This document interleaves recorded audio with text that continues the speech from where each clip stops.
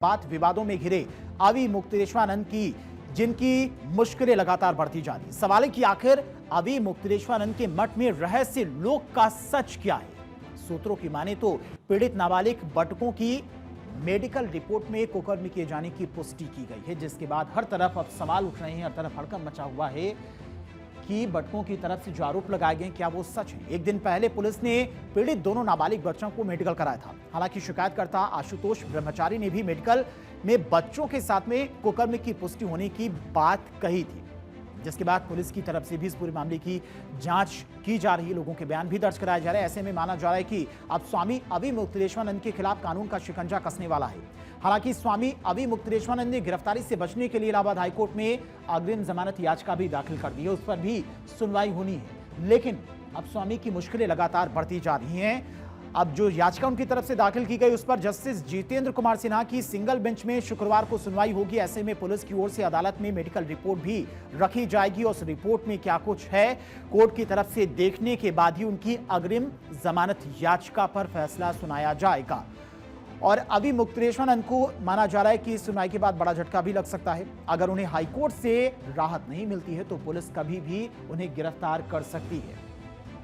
अब स्वामी की मुश्किलें कैसे बढ़ती जा रही वो भी आपको समझाते हैं, कौन कौन से उन पर आरोप लगे हैं। अवी मुक्तेश्वरानंद के रहस्य लोक से उठेगा पर्दा। स्वामी अवी मुक्तेश्वरानंद पर लटक रही गिरफ्तारी की तलवार। जिस तरह से मेडिकल रिपोर्ट और भटकों के बयान सामने आए, नाबालिग भटकों की मेडिकल रिपोर्ट में यौन शोषण की पुष्टि हुई और इसी के बाद माना जा रहा है कि अब अवी मुक्तेश्वरानंद की मुश्किलें बढ़ने वाली हैं। भटकों के यौन शोषण का आरोप स्वामी अवी मुक्तेश्वर सरस्वती पर और शिष्य मुकुंदानंद गिरी भी आरोपी बताए जा रहे हैं। इनकी भी मुश्किलें बढ़ सकती हैं। 3 अज्ञात के खिलाफ भी केस दर्ज किया गया है पुलिस के द्वारा और झूंसी थाने में केस दर्ज किया गया है और झूंसी थाने की पुलिस ही इस पूरे मामले की जांच कर रही। पॉक्सो एक्ट के तहत यह मुकदमा दर्ज हुआ, यानी कि काफी ज्यादा मुश्किलें बढ़ सकती हैं। आशुतोष ब्रह्मचारी ने आरोप लगाया था, जिसके बाद इस पूरे मामले की पुलिस की तरफ से जांच की गई। जो बटुक थे उनका मेडिकल कराया गया। दोनों बटकों के साथ में यौन शोषण का आरोप आशुतोष ब्रह्मचारी की तरफ से लगाया गया था। इलाहाबाद हाईकोर्ट के फैसले पर अब नजर टिकी हुई, क्योंकि जब सुनवाई होगी अग्रिम जमानत याचिका पर तो माना जा रहा है कि पुलिस के द्वारा जो रिपोर्ट है वो रिपोर्ट भी वहां पर रखी जाएगी। इस पूरे मामले पर, पूरे घटनाक्रम को लेकर अवी मुक्तेश्वरानंद की तरफ से क्या कुछ कहा गया है वो भी आपको सुना दें। जांच टीम अपना काम कर रही है। उसकी तरफ से आशुतोष ब्रह्मचारी ने प्रेस वार्ता करके सारी रिपोर्ट आप लोगों को बताई है। हमने तभी कहा था कि जांच टीम क्या कर रही है, इसकी आख्या अगर शिकायतकर्ता के द्वारा पब्लिक में बताई जाएगी तो पुलिस का क्या प्रभाव रहेगा। खैर, अब आप कह रहे हैं कि जांच रिपोर्ट के बारे में वो पब्लिकली बता रहे हैं आप लोगों को, तो ये तो रिपोर्ट सार्वजनिक होती नहीं है और होती भी है तो पुलिस विभाग के द्वारा होनी चाहिए। और अभी मुक्तेश्वरानंद ने वाराणसी में मेडिकल रिपोर्ट पर क्या कहा है वो भी आपको बताते हैं। दरअसल आशुतोष महाराज ने रिपोर्ट की बातें बताई हैं, ये उनकी तरफ से कहा गया। क्या पुलिस ने उन्हें परमानेंट प्रवक्ता बना लिया है, ये उनकी तरफ से कहा गया। इसके अलावा उन्होंने कहा कि एक हिस्ट्री शीटर कहानी बनाकर फैला देता है और हमें कोई खतरा नहीं है, हम तो अपना पिंडदान कर चुके हैं, ये उनकी तरफ से सफाई दी गई।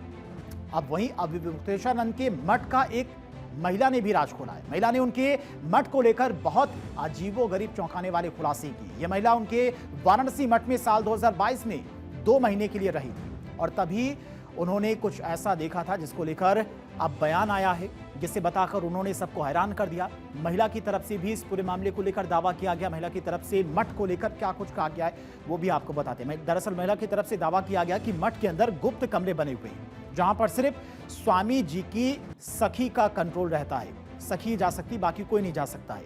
बस उन्हीं को जाने की इजाजत है और किसी को वहां पर जाने की इजाजत नहीं है। जो स्वामी अवी मुक्तेश्वरानंद की सखी है वो वहां सर्वे सर्वा की तरह रहती है। और इतना ही नहीं, महिला ने यह भी दावा किया कि यहां पर लग्जरी माहौल, स्विमिंग पूल और सीक्रेट और रहस्यमयी कमरे भी बनाए गए हैं। पुलिस की तरफ से यह बयान भी लिया गया है, दर्ज किया गया है, जो कि जांच में एक अहम कड़ी भी साबित हो सकता है।